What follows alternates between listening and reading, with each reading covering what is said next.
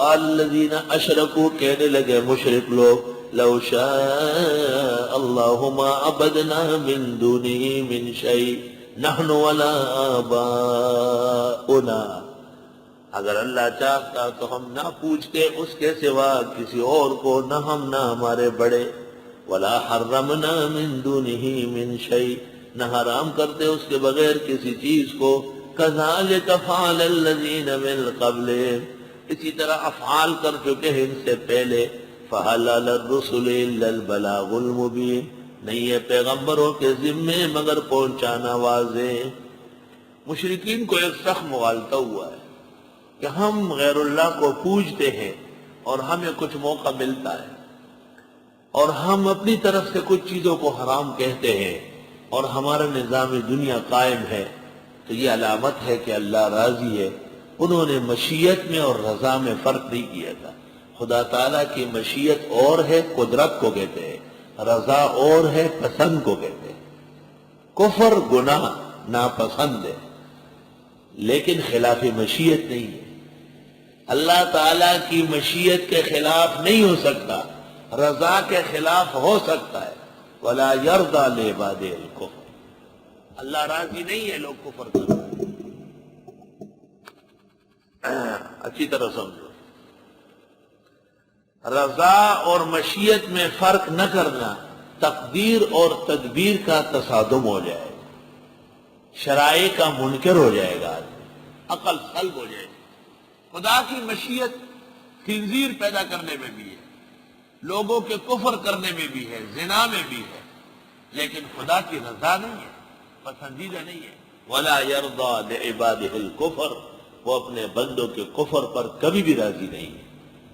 تو خدا کی رضا کے خلاف ہو رہا ہے لیکن خدا کی مشیت کے خلاف نہیں ہو سکتا۔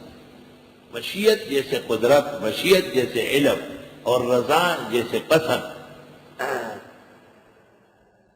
وَلَقَدْ بَعَثْنَا فِي كُلِّ أُمَّةٍ رَسُولًا، یقیناً ہم نے بھیجا ہر امت میں پیغمبر، ان اعبدوا اللہ، کہ عبادت کرو اللہ کی، واجتنبوا الطاغوت، اور بچو شیطان سے، وَمِنْهُمْ مَنْ هَدَى اللَّهُ، پس ان میں بعضوں کو ہدایت دی اللہ نے، وَمِنْهُمْ مَنْ حَقَّتْ عَلَيْهِ الضَّلَالَةُ، اور ان میں سے بعضوں پر ثابت ہو گئی گمراہی، فَسِيرُوا فِي الْأَرْضِ، پس چلو ملکوں میں، فَانظُرُوا، دیکھاؤ، كَيْفَ كَانَ عَاقِبَةُ الْمُكَذِّبِينَ، کیسا رہا انجام جھٹلانے والوں کا۔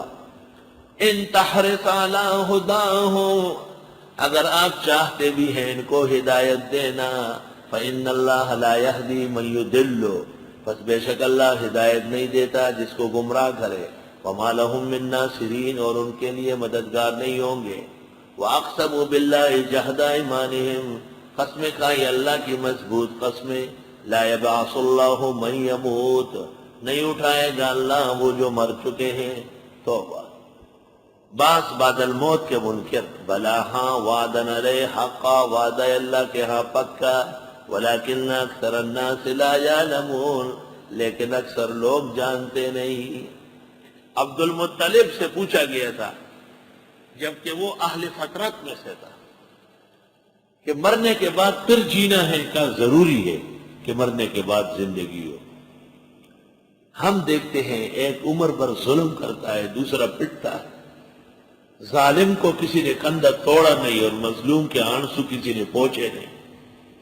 ضرور ایک دن ہوگا جس میں ظالم سے ظلم کا پوچھا جائے گا اور مظلوم کو مظلومیت سہنے کا انعام دیا جائے گا۔ یعنی مجازات اور بعث بعد الموت نقلاً عقلاً ثابت ہے۔ لِيُبَيِّنَ لَهُمُ الَّذِي يَخْتَلِفُونَ فِيهِ، تاکہ بیان کریں ان کے لیے وہ جس میں اختلاف کرتے ہیں، وَلِيَعْلَمَ الَّذِينَ كَفَرُوا، اور تاکہ جان لے کافر لوگ، أَنَّهُمْ كَانُوا كَاذِبِينَ، کہ بے شک وہی جھوٹے تھے۔ إِنَّمَا قَوْلُنَا لِشَيْءٍ، بے شک ہم کہہ دیتے ہیں چیز کو، اذا اردنا، جب ہم چاہے، ان نقول له، کہ کہے اس کو، کن ہو جا، فیکون، بس وہ کام ہو جاتا ہے۔ بس کن فیکون، علماء لکھتے یہ سمجھانے کے لیے کہا، اللہ کو کلمہ کن کہنے کی بھی حاجت نہیں، ارادہ خداوندی کافی ہے صدور الافعال کے لیے۔